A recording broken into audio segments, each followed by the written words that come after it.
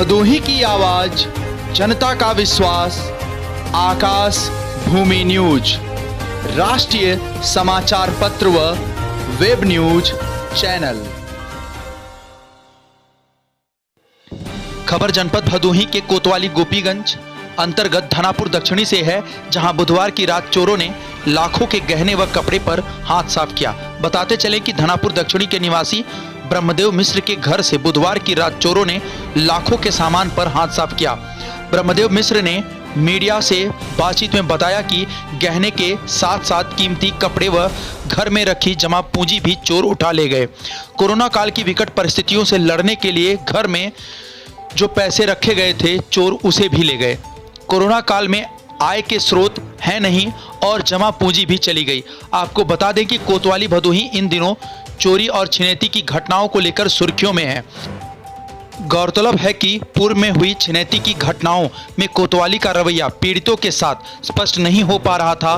संबंधित मामले में पिछले दिनों भदोही पहुंचे एडीजी वाराणसी से पत्रकारों ने पीड़ितों के साथ कोतवाल के रवैये की शिकायत की थी।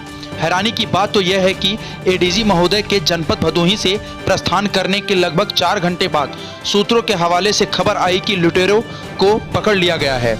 आम जनमानस में यह भी चर्चा है कि यदि किसी का सोने का सामान की छिनैती हो जाती है तो कोतवाल साहब कहते हैं नकली था या असली। अब आप सोचिए, पीड़ित न्याय के लिए कोतवाली पहुंचते हैं और कोतवाल साहब को मजाक सूझता है। कोतवाल गोपीगंज कृष्णानंद राय के बारे में आम जनमानस में यह भी चर्चा है कि कोतवाल साहब मर्यादा का पाठ तो जानते ही नहीं, छूटते ही गाली देते हैं। कोतवाली गोपीगंज का न्याय इन दिनों ऐसा है कि न्याय के लिए पीड़ित को पुलिस अधीक्षक कार्यालय का चक्कर एक बार लगाना ही पड़ता है, तब जाकर न्याय मिलता है। जनपद के आला अफसरों को इस संबंध में सोचना होगा कि आखिर क्यों लोगों का विश्वास कोतवाली गोपीगंज से उठता जा रहा है। तभी तो मीडिया को दिए बयान में धनापुर निवासी पीड़ित ब्रह्मदेव मिश्रा को विश्वास ही नहीं है कि कोतवाली पुलिस उन्हें न्याय दिला पाएगी। जनपद भदोही से एसके मिश्रा की रिपोर्ट। क्या नाम है आपका? ब्रह्मदेव मिश्रा ऑब्जर्वेशन। क्या मामला था आपके घर पे? घर पे हमारी चोरी हो गई है, मतलब रात 2 से 4 के बीच में। कितना सामान था, क्या क्या चोरी हुआ? अभी तक प्रशासनिक कार्रवाई क्या हुआ? अभी तक कुछ नहीं हो पाया। मतलब प्रशासन एस साहब आए थे, मतलब पुलिस आई थी, पुलिस की टीम आई थी, यो साहब आए थे, मतलब सब जांच करके लिख पढ़ के गए हैं। मतलब अभी तक कोई रिपोर्ट नहीं आई मिली। मतलब क्या क्या चोरी हुआ? चोरी मतलब में 3 से ताला तोड़ के, मतलब कि कुंडी तोड़ के दरवाजे का, मतलब 3 से बक्सा ले गए हैं। मतलब बक्से में मतलब गहना था, कपड़ा था। मतलब गहने में मतलब एक चैन 2 भर का था,